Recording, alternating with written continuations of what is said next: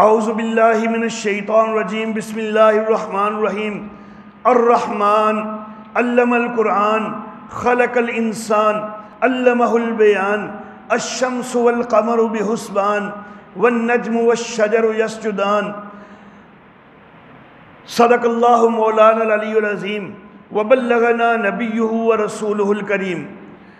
سورۃ الرحمن مدنی دور میں نازل ہونے والی سورہ مبارکہ ہے۔ تلاوت کی ترتیب میں اس کا نمبر 55 ہے۔ نزول کے لحاظ سے اس کو 97 نمبر پر قرار دیا جاتا ہے۔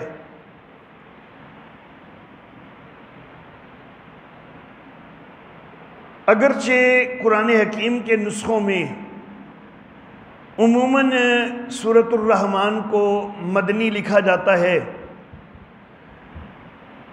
جیسا کہ میں نے ابھی جو نسخہ میرے سامنے موجود ہے اس کے مطابق اس کو مدنی ذکر کیا ہے، لیکن سورۃ الرحمن کے مکی اور مدنی ہونے میں کافی اختلاف پایا جاتا ہے۔ بعض کی رائے اس کے مدنی ہونے کی ہے اور بعض کی رائے اس کے مکی ہونے کی ہے، جیسا کہ میں نے پہلے بھی ایک دو صورتوں کے متعلق ذکر کیا کہ ان صورتوں کے متعلق بھی اختلاف پایا جاتا ہے۔ سورہ فلق اور ناس ان کے متعلق بھی یہ اختلاف موجود ہے۔ تو بہرحال قرآن حکیم کی چند ایک صورتیں ایسی ہیں کہ جن کے مکی اور مدنی ہونے کے اندر اختلاف پایا جاتا ہے۔ تلاوت کی ترتیب میں جو اس کو 97 نمبر پر قرار دیا جاتا ہے، اس لحاظ سے یہ مدنی ہونی چاہیے اور مدنی دور کے ابتدائی سالوں کی ہونی چاہیے۔ لیکن دوسری طرف اگر اس کے مضامین کے اوپر غور کریں اور اس کے اسلوب کے اوپر غور کریں تو مضامین اور اسلوب جو ہیں وہ بالکل مکی دور کی صورتوں کے مطابق ہیں۔ مضامین کے لحاظ سے یہ مکی دور کی معلوم ہوتی ہے، اسلوب بیان بالکل مکی دور کا معلوم ہوتا ہے، اور پھر خاص طور پر ایک روایت سامنے آ جاتی ہے، اور اگر اس روایت کے اوپر اعتماد پوری طرح کر لیا جائے اور اس کے اندر کوئی غلطی نہ سمجھی جائے تو پھر تو اس کا مکی ہونا متعین ہو جاتا ہے کہ حضرت عبداللہ ابن مسعود رضی اللہ تعالی عنہ وہ ایک محفل کے اندر صحابہ کرام کی محفل میں بیٹھے ہیں اور باتیں شروع ہو گئیں کہ مکہ والوں کو کوئی جرت کر کے قرآن سنائے۔ تو حضرت عبداللہ ابن مسعود نے کہا کہ میں سناتا ہوں۔ پہلے تو یہ باتیں ہو رہی تھی کہ قرآن سنائے، لیکن جس وقت حضرت عبداللہ ابن مسعود تیار ہو گئے تو پھر ساتھی روکنے لگے، ٹوکنے لگے کہ نہیں، انجام اچھا نہیں ہوگا، وہ تو بہت ماریں گے، تو رہنے دو، یہ معاملہ نہ کرو۔ لیکن حضرت عبداللہ ابن مسعود رضی اللہ تعالی عنہ وہ کافی جو ہے وہ جوش میں آئے ہوئے ہیں، وہ کہتے ہیں نہیں، میں نے تو اب سنانا ہی سنانا ہے۔ تو اس روایت کے اندر جو ہے وہ یہی تذکرہ ہے کہ حضرت عبداللہ ابن مسعود رضی اللہ تعالیٰ عنہ نے سورۃ الرحمن سنانی شروع کر دی اچانک مکہ والوں کے سامنے۔ تو مکہ والوں نے تھوڑی دیر تو وہ مبہوت ہو کے سنتے رہے کہ یہ کیا چیز ہے، لیکن جس وقت سورت کا پیغام انہوں نے سنا تو وہ ان کو اپنے عقیدے کے خلاف جب نظر آیا تو پھر انہوں نے حضرت عبداللہ ابن مسعود رضی اللہ تعالیٰ عنہ کو مارنا شروع کر دیا، اور بہت زیادہ جو ہے وہ مارا کہ جس سے ان کے چہرے کے اوپر جو ہے وہ سوج وغیرہ بھی بن گئی۔ بہرحال مشکل سے جو ہے وہ واپس ہوئے، لیکن وہ کہہ رہے تھے کہ میرا تو جی چاہتا ہے کہ کل پھر جو ہے ان کو جو ہے وہ میں قرآن سناؤں، لیکن بہرحال صحابہ کرام نے ان کو منع کیا کہ نہیں، آپ یہ اقدام نہ کریں دوبارہ، آج بھی جو ہے وہ مشکل سے جو ہے وہ جان چھوٹی ہے۔ تو بہرحال اس روایت کے اندر جو ہے وہ سورۃ الرحمن کا تذکرہ آتا ہے۔ اگر یہ روایت تسلیم کر لی جائے تو پھر تو یہ متعین ہو جائے گا کہ سورۃ الرحمن پھر مکی دور میں نازل ہوئی ہے، اور پھر مکی دور میں بھی تقریباً ابتدائی حصے کی یہ صورت بنے گی۔ بہرحال اللہ زیادہ بہتر جانتے ہیں کہ یہ صورت مکی ہے یا مدنی ہے۔ عموماً لوگ اس کو بہرحال مدنی قرار دیتے ہیں۔ سورت کا ربط، گزشتہ سورت کے اندر یہ بات فرمائی گئی کہ اِنَّا كُلَّ شَيْءٍ خَلَقْنَاهُ بِقَدَرٍ، یہ گزشتہ سورت کا دعویٰ بھی ہے کہ ہم نے ہر چیز کو جو ہے وہ ایک اندازے کے ساتھ مقرر کیا ہے۔ تو جب ہر چیز کے اندازے بنانے والے اللہ ہی ہیں تو پھر برکتیں دینے والے بھی اللہ ہی ہیں، کیونکہ برکت کیا ہوتی ہے کہ ظاہری اسباب تھوڑے ہوتے ہیں اور پھر ان سے نتائج زیادہ نکل آتے ہیں، اس کو برکت کہا جاتا ہے۔ اب ظاہری سبب کے طور پر جو ایک اندازہ کسی کے لیے اللہ نے مقرر کیا تھا وہ کیا تھا تھوڑا، لیکن پھر اس کو اللہ نے ہی برکت دے دی۔ تھوڑے اندازے والا اس کے لیے وہ تھوڑی چیز بھی وہ جو ہے اس کی ضروریات کے لیے کافی ہو گئی، تو برکتیں دینے والا بھی اللہ ہی ہے۔ جس طرح اندازے مقرر اللہ ہی کرتا ہے تو اس طرح آگے ترقی کر کے اس صورت میں فرمایا جا رہا ہے کہ برکتیں دینے والا بھی اللہ ہی ہے۔ اور یہ جو برکتیں دینے والا اللہ ہی ہے، یہ جو دعویٰ ہے، تو اس دعوے کا اظہار سورت کی آخری آیت میں فرمایا گیا ہے کہ تبارک اسم ربک ذی الجلال والاکرام، برکت دینے والا تیرے رب کے نام ہے کہ جو جلال والا اکرام والا ہے۔ یہاں پر اسم کا لفظ بھی ساتھ آ گیا، اور قرآن حکیم کا وہ دوسرا مقام بھی مد نظر ہو کہ للہ الاسماء الحسنی فادعوہ بہا، اللہ کے اچھے اچھے نام ہیں، ان ناموں کے ساتھ اللہ ہی کو پکارا کرو۔ تو یہاں پر اللہ کے نام کی برکت کا بھی تذکرہ آ گیا، اور اللہ کے نام کی برکت کا تذکرہ، دوسری طرف اللہ کے اچھے اچھے ناموں سے پکارنے کا قرآن حکیم میں تذکرہ ہے۔ تو گویا کہ سورت کا حاصل اور خلاصہ یہ ہوا کہ اللہ کے نام کی برکت ہے، اور اللہ کے برکتوں والے ناموں سے پکارا کرو۔ تو پکار اللہ ہی کی ہونی چاہیے، برکات دہندہ اللہ ہی کو سمجھنا ہے، اور اللہ ہی کے نام کی پکار کرنی ہے۔ تو یہ سورت کا ربط ہو گیا گزشتہ سورت سے، کہ گزشتہ سورت میں یہ واضح کیا گیا کہ اندازے مقرر کرنے والا اللہ ہے، تو پھر اس کی پکار ہونی چاہیے۔ یہاں پر اس سے آگے ترقی کر کے کہا گیا کہ برکتیں دینے والا بھی اللہ ہے، تو اسی کی پکار ہونی چاہیے۔ سورت کا خلاصہ، سورت کا دعویٰ جو ہے وہ سورت کے بالکل آخر میں ہے، جیسا کہ میں نے ابھی ذکر کیا۔ پہلے رکوع میں اور دوسرے رکوع کی ابتدا میں 9 دلائل آئے ہیں دعویٰ کے لیے عقلیہ، اور پھر دوسرا رکوع جو ہے اس کے اندر تخویف ہے۔ سورت کے تیسرے اور آخری رکوع میں اہل ایمان کے لیے بشارت ہے، اور آخر پر دعویٰ ذکر ہو گیا۔ الرحمن، وہ رحمتوں والا، علم القرآن، اس نے قرآن سکھلایا۔ الرحمن کے نیچے لکھ لیں دلیل اول، 9 دلائل آنے ہیں، یہ دلیل اول۔ علم القرآن کے نیچے لکھ لیں اوپر کا حال، اوپر کا حال۔ آگے خلق الانسان کے نیچے لکھ لیں نیچے کا حال، نیچے کا حال۔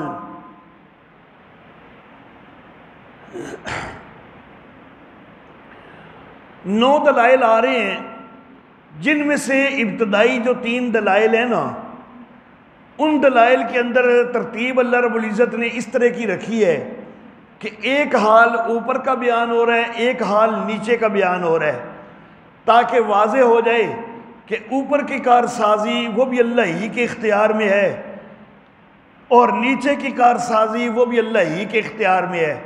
اوپر والی برکتیں وہ بھی اللہ ہی کے قبضہ میں ہیں، نیچے والی برکتیں وہ بھی اللہ ہی کے قبضہ میں ہیں۔ اوپر والوں کو برکتیں دینے والا بھی اللہ ہی ہے، نیچے والوں کو برکتیں دینے والا بھی اللہ ہی ہے۔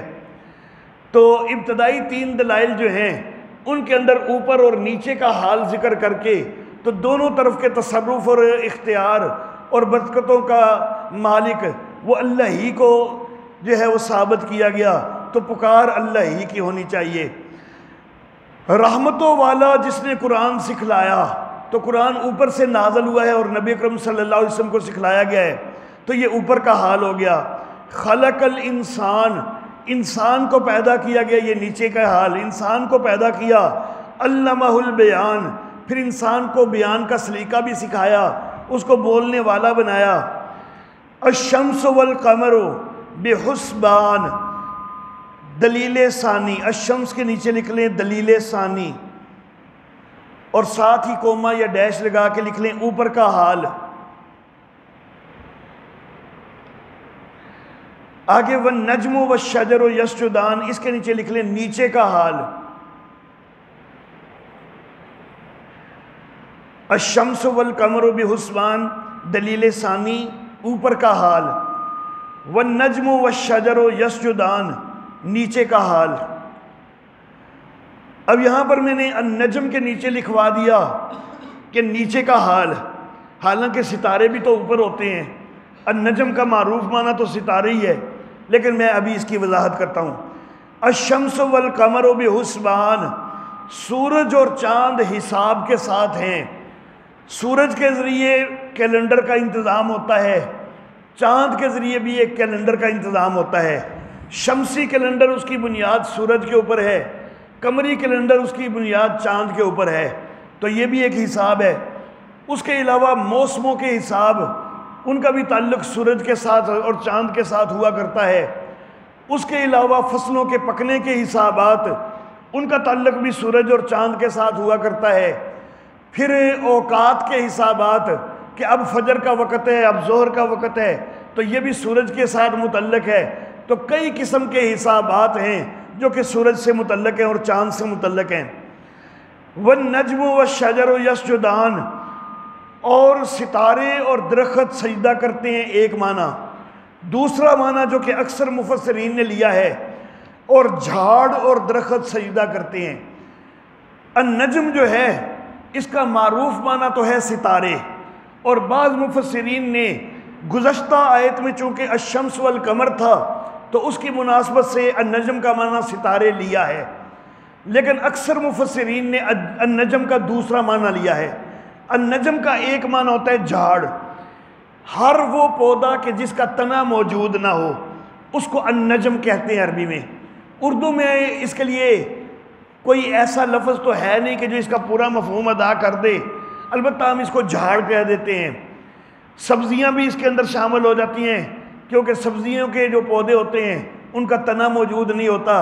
اسی طرح اور بیلیں وغیرہ جن کا تنا موجود نہیں ہوتا، ان سب کو جو ہے وہ اس کے اندر شامل کیا جائے گا، کیونکہ النجم کا معنی جو ہے وہ یہ ساری چیزیں ہوتی ہیں۔ ہر ایسا پودا کہ جس کا تنا موجود نہ ہو اس کو عربی میں نجم کہا جاتا ہے۔ تو یہ جو پودے ہیں یہ پھر نیچے کے ہیں، تو اس لیے میں نے نیچے کا حال لکھوایا۔ اکثر مفسرین کہتے ہیں کہ ایک ہے پچھلی آیت اور ایک ہے یہ خود آیت یہ والی، اور اس آیت میں تو ساتھ الشجر ہے، تو شجر کے ساتھ پودوں کا ذکر جو ہے وہ زیادہ مناسب ہے، تو اس لیے اکثر مفسرین نے یہاں پر جھاڑ اس کا معنی کیا، پودے اس کا معنی کیا، نہ کہ ستارے۔ والسماء رفعها، دلیل ثالث اوپر کا حال، دلیل ثالث اوپر کا حال۔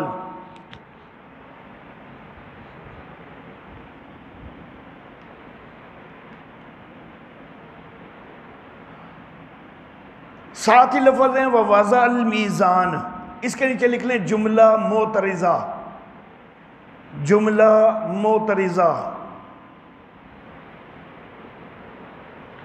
آیت نمبر 10 آ رہی ہے آگے، وَالْأَرْضَ وَضَعَهَا لِلْأَنَامِ، تو والارض کے نیچے لکھ لیں نیچے کا حال، نیچے کا حال، آیت نمبر 10 کی ابتدا میں۔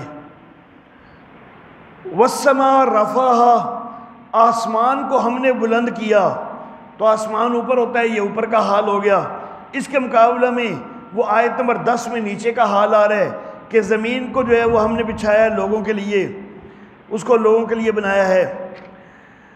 اچھا جی، وَالسَّمَاءَ رَفَعَ، آسمان کو ہم نے بلند کیا، آسمان اس کو اوپر کیا، اس کو بلند کیا، وَوَضَعَ الْمِيزَانَ، اور ترازو رکھا. یہ جملہ معترضہ ہے. ایک ترازو جو ہے وہ میدان حشر میں بھی ہوگا کہ جس میں اعمال جو ہے وہ تولے جائیں گے، اور دنیا کے اندر بھی ترازو کے جو ہے وہ مقرر کیے گئے ہیں. پوری کائنات کا جو نظام ہے وہ بھی ایک عدل کے ساتھ چل رہا ہے، وہ بھی ایک ترازو کے ساتھ چل رہا ہے. تو ترازو رکھا. اللہ تطغوا فی المیزان، کہ سرکشی نہ کرو تولنے میں. المیزان کا لفظ یہاں پر 3 آیتوں میں، آیت نمبر 7 میں بھی آ رہا ہے، آیت نمبر 8 میں بھی، آیت نمبر 9 میں بھی. المیزان آیت نمبر 7 میں آیا وَوَضَعَ الْمِيزَانَ، ہم نے ترازو رکھا. اللہ تطغوا فی المیزان، کہ نہ سرکشی کریں تولنے میں. وَأَقِیمُوا الْوَزْنَ بِالْقِسْطِ، اور پورا کرو تول کو انصاف کے ساتھ. وَلَا تُخْسِرُوا الْمِيزَانَ، اور کمی نہ کرو تولی جانے والی چیز میں. تو میزان کا لفظ 3 دفعہ آیا ہے، تینوں دفعہ ہم نے معنی اس کا مختلف کیا ہے. میزان جو ہے یہ اسم آلہ بھی ہے. پہلی جگہ پر اس کا اسم آلہ والا معنی ہوگا ترازو، تولنے کا جو آلہ ہے، تولنے کا جو پیمانہ ہے. میزان جو ہے یہ مصدر بھی ہے. دوسری جگہ اس کا مصدر والا معنی ہوگا کہ اللہ تطغوا فی المیزان، نہ سرکشی کرو تولنے میں. اور میزان جو ہے یہ اسم مفعول کے معنی میں بھی ہے. تو تیسری جگہ اسم مفعول والا معنی ہوگا کہ تولی و جانے والی چیز کے اندر کمی نہ کرو. تو تینوں معنی جو ہیں یہ مختلف یہاں پر آ جائیں گے. میزان سے عقل بھی مراد لی جاتی ہے کہ انسان کو ہم نے عقل دی ہے تاکہ انسان جو ہے وہ دنیا کے اندر معاملات جو چلائے تو عدل کے ساتھ چلائے. عقل جو ہے وہ اس کو عدل کی طرف لے جاتی ہے، تو عدل کے ساتھ سارے معاملات چلائے اور عقل کے خلاف کچھ نہ کرے، عدل کے خلاف کچھ نہ کرے. والارض وضعها للانام، اور زمین کو ہم نے رکھا لوگوں کے لیے. فیہا فاکہۃ، زمین کے اندر پھل بھی ہیں، کھجوریں بھی ہیں کہ جن کے میووں کے اوپر غلاف چڑھے ہوئے ہیں، اور اناج بھی ہے بھس والا اور خوشبودار پھول ہیں. فَبِأَيِّ آلَاءِ رَبِّكُمَا تُكَذِّبَانِ، اپنے رب کی کس کس نعمت کو تم جھٹلاؤ گے. خلق الانسان، دلیل رابع، دلیل رابع، چوتھی دلیل. انسان کو پیدا کیا کھنکھناتی ہوئی مٹی سے جیسا کہ وہ ٹھیکری ہو، اور جنوں کو بھی پیدا کیا آگ کی لپیٹ سے. پس اپنے رب کی کس کس نعمت کو تم جھٹلاؤ گے. تو ربکما جو ہے اس کے اندر انس اور جان دونوں آگے، اس لیے تثنیہ کا صیغہ ہے کہ انسانوں اور جنوں اپنے رب کی کس کس نعمت کو تم جھٹلاؤ گے. رب المشرقین و رب المغربین، دلیل خامس، دلیل خامس. وہ 2 مشرقوں کا بھی رب ہے اور 2 مغربوں کا بھی رب ہے. تفصیلاً میں نے اس کا ذکر کیا تھا کہ رب المشرق والمغرب بھی آتا ہے، رب المشرقین والمغربین بھی آتا ہے، اور رب المشارق والمغارب بھی آتا ہے قرآن حکیم میں. تفصیل تو میں پہلے ذکر کر چکا ہوا ہوں، اشارہ کر دیتا ہوں کہ سمت کے لحاظ سے جس طرف سے سورج طلوع ہوتا ہے، جو کہ میرے سامنے والی سمت ہے، یہ مشرق ہو گئی، اور جو میرے پیچھے والی سمت ہے جدھر سورج غروب ہوتا ہے، یہ مغرب ہو گیا. تو یہ ایک مشرق اور ایک مغرب لیں تو پھر یہ 2 سمتیں جو ہیں وہ مراد ہو جائیں گی. مشرقین اور مغربین تثنیہ لیا جائے تو سردیوں اور گرمیوں میں بلکہ ہر روز سورج کا طلوع کا مقام مختلف ہوتا جاتا ہے. تو سردیوں میں جو سورج کا طلوع کا انتہائی مقام ہے جو کہ بالکل جنوب مشرق میں چلا جاتا ہے، تو وہ ایک مشرق ہو گیا. اور جو گرمیوں کا سورج کے طلوع کا انتہائی مقام ہے جو کہ شمال مشرق کی طرف چلا جاتا ہے، تو وہ دوسرا مشرق ہو گیا. اسی طرح غروب جو ہے سردیوں کے اندر انتہائی جنوب مغرب کے اندر جو ہے وہ غروب ہوتا ہے، اور گرمیوں کے اندر انتہائی شمال مغرب میں غروب ہوتا ہے. تو یہ جو انتہائی مقام ہے دونوں، تو یہ دو دو مشرق اور دو دو مغرب ہو گئے۔ اور مشارق اور مغارب کہا جائے تو ہر روز کا چونکہ طلوع کا مقام مختلف ہے تو ہر روز کا مشرق مختلف ہے، اسی طرح ہر روز کا مغرب بھی مختلف ہے کیونکہ ہر روز کا غروب کا مقام بھی مختلف ہے۔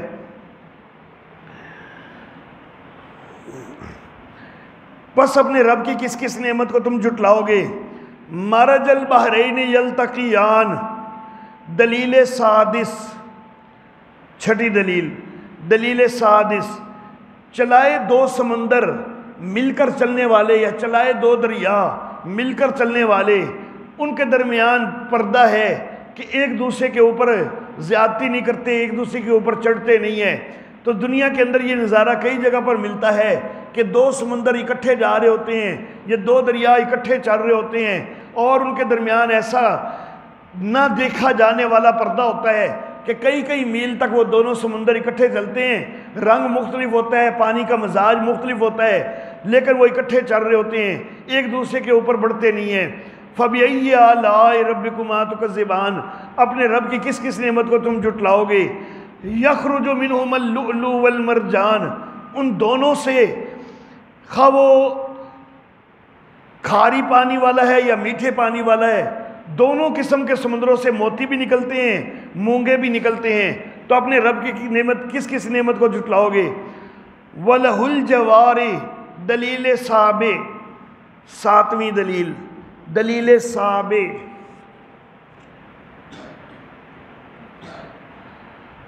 اور اسی کے لیے ہیں جہاز، المنشآت، کہ جن کے بادبان چڑھائے ہوئے ہیں، فی البحر، سمندر میں، کالاعلام، جیسا کہ پہاڑ ہوں، بڑے بڑے بادبانوں والے جہاز۔ دور حاضر میں جو ہیں وہ جہاز انجن وغیرہ کے ساتھ بنائے جانے لگ گئے ہیں، لیکن اگر انجن کی تخلیق سے پہلے دیکھا جائے تو بہت بڑے بڑے جہاز بادبانوں سے بنائے جاتے تھے، کپڑے جو ہے وہ بڑے بڑے لگائے جاتے تھے بانسوں کے ساتھ، اس انداز میں کہ ان کے ذریعے ہوا کے رخ کے مطابق وہ جہاز جو ہے وہ چلائے جاتے تھے۔ وہ جو بانس وغیرہ ہوتا تھا تو اس کو اس انداز میں ہلا کے کپڑے کا رخ تبدیل کیا جاتا تھا کہ جس طرف جو ہے وہ لے کے جانا ہے جہاز کو تو وہ ہوا کی مدد بھی لی جا سکے اور آسانی سے جہاز کو ادھر لے جایا بھی جا سکے۔ ہوا کے مخالف سمت میں جانے کے لیے بادبان دو دو تین تین بھی بنائے جاتے تھے کہ ایک بادبان سے ہوا کو ٹکرا کے دوسرے بادبان کی طرف، پھر اس سے تیسرے بادبان کی طرف رخ موڑ کے، تو اس طرح بھی کیا جاتا تھا۔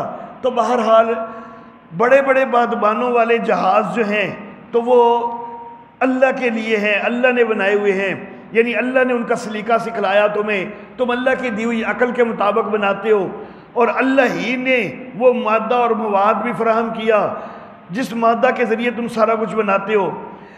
یہاں پر اللہ رب العزت نے فرمایا کہ اسی کے لیے ہیں جہاز، بادبان چڑھائے ہوئے ایسے کہ جیسے پہاڑ ہوں۔ اس سے معلوم ہوتا ہے کہ نبی اکرم صلی اللہ علیہ وسلم کے دور میں بھی اتنی زیادہ ترقی ہو چکی ہوئی تھی تجارتی سفر کی کہ اس کے اندر بھی اتنے بڑے بڑے جہاز جو ہے وہ چلائے جا رہے تھے کہ جن کو اللہ پہاڑوں کے ساتھ تشبیہ دے رہے ہیں۔ تو پہاڑ کوئی چھوٹی چیز تو نہیں ہوتی، تو بہت بڑے بڑے جہاز نبی اکرم صلی اللہ علیہ وسلم کے دور میں بھی موجود تھے۔ فَبِأَيِّ آلَاءِ رَبِّكُمَا تُكَذِّبَانِ، اپنے رب کی کس کس نعمت کو تم جھٹلاؤ گے؟ کُلُّ مَنْ عَلَيْهَا فان، دلیل سامن، آٹھویں دلیل سامن، ہر وہ کہ جو اس کے اوپر ہے، کُلُّ مَنْ عَلَيْهَا فان وَيَبْقَى وَجْهُ رَبِّكَ ذُو الْجَلَالِ وَالْإِكْرَامِ۔ پہلے میں نے غلطی سے وقف کر دیا، وقف یہاں پر نہیں کرنا چاہیے۔ کُلُّ مَنْ عَلَيْهَا فان وَيَبْقَى، یہاں پر اکٹھا جو ہے وہ پڑھنا چاہیے، وَيَبْقَى وَجْهُ رَبِّكَ ذُو الْجَلَالِ وَالْإِكْرَامِ۔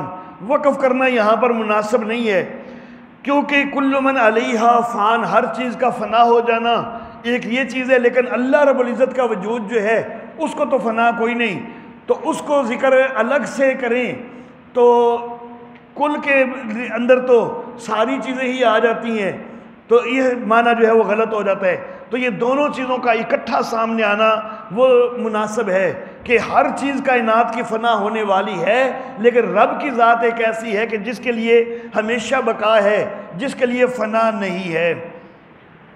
کل من علیہا فان ویبقی وجہ ربک ذو الجلال والاکرام، دلیل ثامن، ہر وہ چیز کہ جو اس زمین کے اوپر ہے وہ فنا ہونے والی ہے، لیکن باقی رہنے والی ذات تیرے رب کی ہے کہ جو جلال اور اکرام والے ہیں۔ فَبِأَيِّ آلَاءِ رَبِّكُمَا تُكَذِّبَانِ، اپنے رب کی کس کس نعمت کو تم جھٹلاؤ گے۔ یہاں پر جو کل من علیہا فان کہا تو اس کے اندر وہ ان کے جو معبودان باطلہ ہیں وہ بھی سارے آگے، کہ جن جن کو وہ پکارتے ہیں تو وہ بھی فنا ہونے والے ہیں، باقی رہنے والی تو صرف اللہ کی ذات ہے، ان کے معبود باقی رہنے والے کوئی نہیں۔ یسألہ من فی السماوات والارض، دلیل تا سے، دلیل تا سے، نویں دلیل،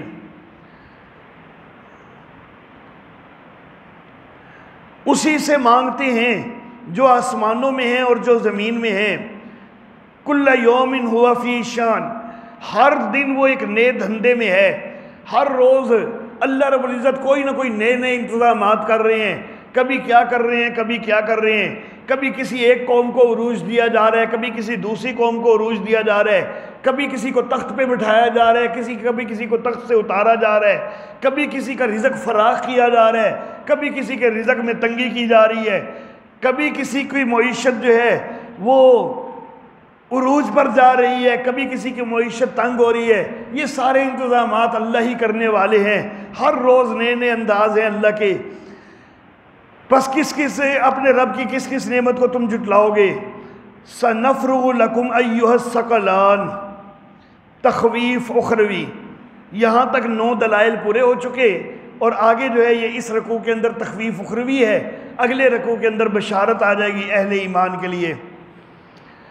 ان قریب ہم تمہارے لیے فارغ ہوتے ہیں اے 2 بھاری جماعتوں۔ 2 بھاری جماعتیں کون سی ہیں؟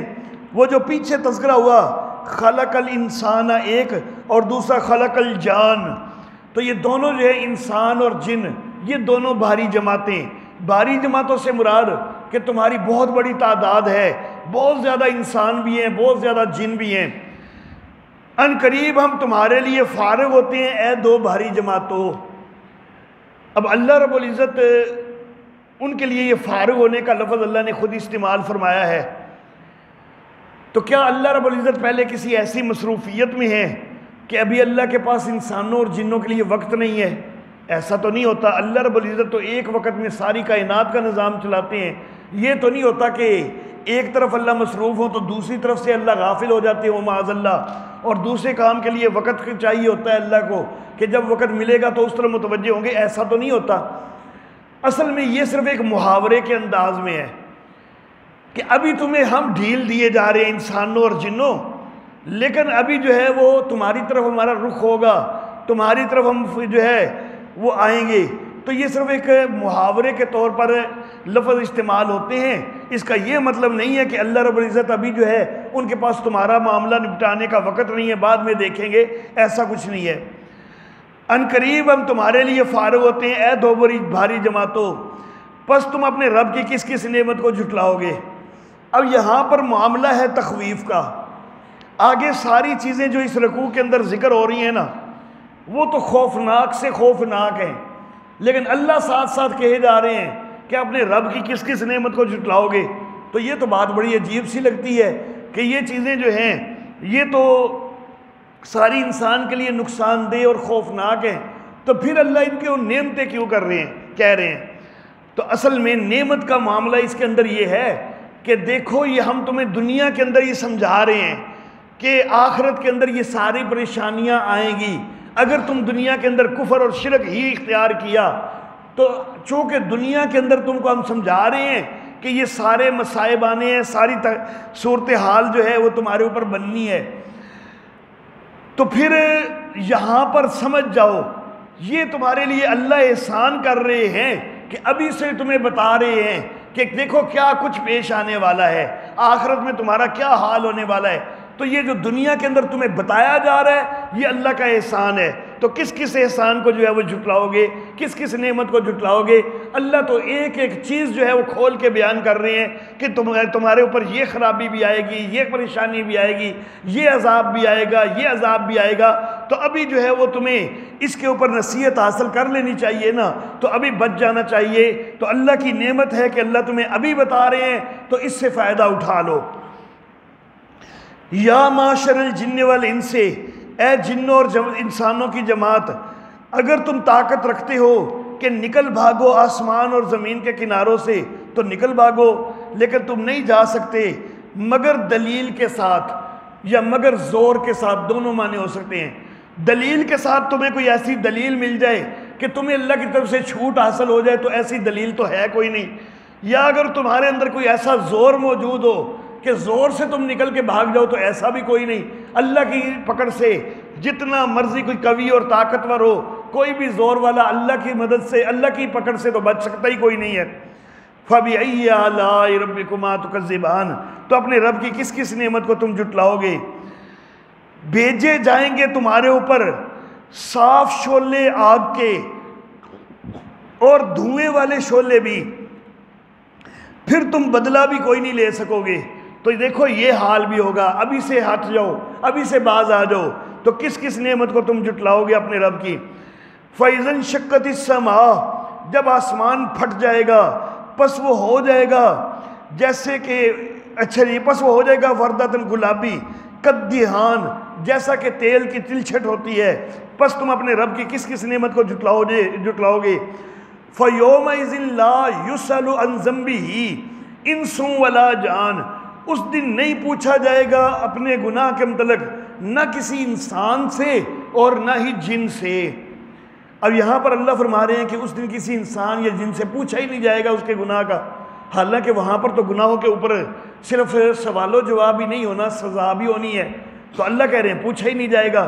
تو اصل مسئلہ یہ ہے کہ وہاں جو پوچھا نہیں جائے گا نا تو عن ذنبہ، تو یہ اس سے عذر نہیں پوچھا جائے گا، وجہ نہیں پوچھی جائے گی کہ بھائی تیرا کوئی عذر تھا کہ تو نے یہ گناہ کیا، کوئی وجہ تھی کہ جس کی وجہ سے تجھ سے یہ گناہ ہو گیا، نہیں، وہاں پہ عذر نہیں سنے جائیں گے، وہاں پر وجہ نہیں پوچھی جائیں گی، سیدھا عذاب دیا جائے گا۔ جب گناہ ثابت ہوں گے تو عذاب دیا جائے گا۔ تو ہم تم کو پہلے سے بتا رہے ہیں تو ابھی عبرت حاصل کر لو، نصیحت حاصل کر لو، ہمارا پہلے سے بتا دینا انعام ہے، تو اپنے رب کی کس کس نعمت کو جھٹلاؤ گے؟ یورف المجرمون، مجرم پہچانے جائیں گے اپنے چہروں سے، پس وہ پکڑے جائیں گے پیشانی کے بالوں سے بھی اور قدموں سے بھی۔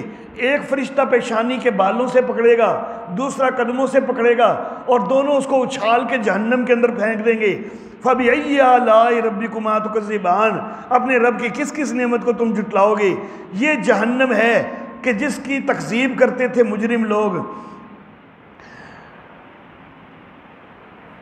یطوفون بینہا و بین حمیم آن، تو وہاں پر اب جہنم کے اندر چکر لگا رہے ہوں گے، کبھی اس جہنم کی طرف اور کبھی کھولتے پانی کی طرف، کبھی